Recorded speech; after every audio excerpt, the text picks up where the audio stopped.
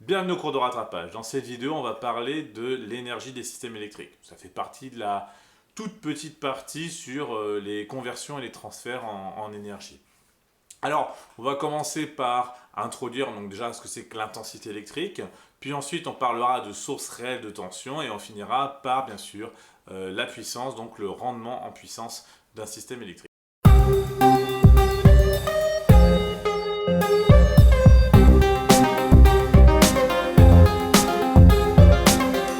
Dans un circuit électrique, le courant circule s'il y a des porteurs de charge en fait qui se déplacent. Et lorsqu'ils se déplacent, eh bien, ça crée le fameux courant. Au final, le courant, l'intensité du courant, ce n'est que le débit de ces porteurs de charge. Ça peut être des ions dans une solution, mais ça peut être, et c'est en général, des électrons dans des fils ou dans des câbles, ou même dans des matériaux conducteurs. L'intensité du courant, qu'on va noter I, en fait, ça correspond au débit de charge sur une section de conducteurs. Alors on va l'écrire tout simplement, I c'est égal à Q, c'est le nombre de charges, divisé par delta T en un certain temps. Et Q, son unité, alors c'est la charge ici, donc je refais, et Q c'est la charge et son unité c'est le coulomb, noté C. Si on prend par seconde, et bien au final l'intensité en ampères, en fait c'est un nombre de charges par seconde. Et bien plus il y en a qui passent par seconde et plus l'intensité sera élevée. C'est pour ça aussi que c'est l'intensité qui est la grandeur de l'électricité qui est la plus dangereuse. Pour qu'un circuit électrique fonctionne, on va lui mettre une source de tension. La tension en fait c'est la poussée des charges.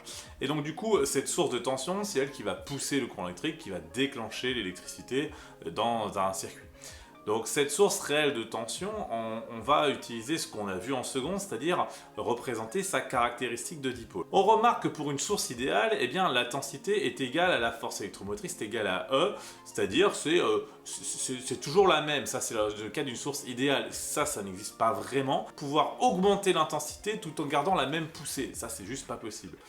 De l'autre côté, la source réelle, eh bien, sa caractéristique, elle ressemble à ça. Elle montre bien que si on fait donc U en fonction de I, eh bien, elle montre bien que si la tension, si l'intensité augmente, eh bien, la tension qui va être générée par cette source réelle, eh bien, elle va diminuer. Ce qui est logique en fait. Si vous prenez un paquet de balles et que vous voulez en envoyer plein de l'autre côté, eh bien, si vous les envoyez fort, eh bien, on peut en envoyer un certain nombre en un certain temps. Et si on veut les envoyer beaucoup plus vite, eh bien on va les envoyer moins fort. Hein, parce qu'au bout d'un moment, c'est comme si un peu le muscle se fatiguait. Pour l'électricité, c'est pas tout à fait la même chose. Mais il y a cette idée-là, c'est-à-dire qu'on peut propulser plus d'électrons, mais pour autant, on va les propulser moins fort. Et si on regarde cette caractéristique-là, qui est en fait une fonction affine, décroissante, eh bien c'est comme si on avait une source idéale de tension, donc E, et quelque chose qui nous fait décroître en fonction de l'intensité, donc un conducteur ohmique, tout simplement.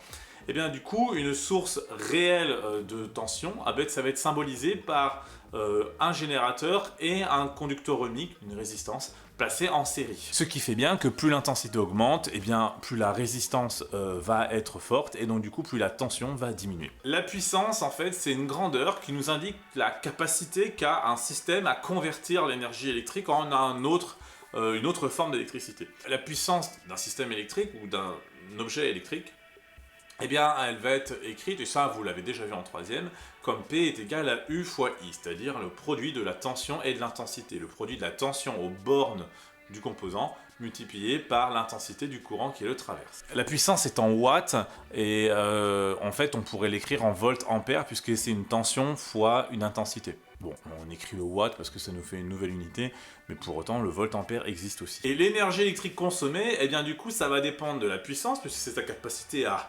convertir, multiplié par le temps qu'elle met à le convertir. Donc du coup, si j'ai une puissance pendant un instant et que je fais durer plus longtemps, eh bien l'énergie qu'on va consommer va être plus grande, ce qui paraît assez logique. Donc du coup, l'énergie, pareil, ça a été vu en troisième normalement, E est égal à P fois T, avec P la puissance en watts et T en secondes, eh bien on aura une énergie en joules. Du coup, un joule, c'est un watt seconde. Il faut bien aussi noter qu'on peut écrire l'énergie en kilowattheure, c'est le cas notamment pour l'électricité, puisqu'on a l'énergie, la puissance qui peut être en kilowatts et le temps en heures, c'est le cas notamment pour les factures électriques. Au cours d'une conversion, l'énergie, elle, on sait qu'elle se conserve. Elle se conserve, mais elle se transforme aussi, hein, elle se convertit. Donc on va avoir cette conversion-là, on va devoir la symboliser, montrer que cette énergie-là se conserve lors de la conversion. On a donc du coup des diagrammes de conversion hein, que vous avez déjà vu, et je vous en remontre encore un, où en fait on va avoir l'énergie en entrée et puis les énergies en sortie. Alors en général, tout système électrique va avoir une conversion qui va créer, à cause de l'effet Joule, de l'énergie thermique, et puis après l'énergie utile derrière. Eh bien le rendement, c'est le rapport entre l'énergie utile, utilisée, hein, donc celle qu'on va avoir en sortie, divisée par l'énergie qu'on avait en entrée. Alors après, pour chaque cas, pour retrouver ces valeurs de rendement, il va falloir utiliser les caractéristiques des dipôles, ou du moins les formules qui correspondent. Donc si on reprend par exemple pour un bilan, donc pour un rendement pour une source réelle de tension, on sait que U est égal à E moins RI. Et bien donc du coup, si on veut passer à la puissance, ça va faire U fois I est égal à EI moins RI carré. RI carré, en fait, c'est de l'effet Joule, hein, c'est de la perte d'électricité. Nous, ce qui nous intéresse, c'est ce qu'on va exploiter, donc le E fois I. Ça, c'est la puissance exploitable. Et puis, la puissance qui n'est pas exploitable, enfin, qui a été introduite, hein, c'est U fois I. Et donc, du coup, on va faire E fois I divisé par U fois I, donc E sur U. Donc voilà, c'est fini pour ce cours de rattrapage sur l'énergie électrique. Donc vous pouvez faire comme d'habitude, vous abonner, laisser des commentaires, regarder la playlist, vous êtes libre. Je vous laisse avec une citation, donc quelqu'un qui a apporté beaucoup à l'électricité, un certain Nikola Tesla. Si votre haine pouvait être transformée en électricité, cette dernière éclairerait le monde entier.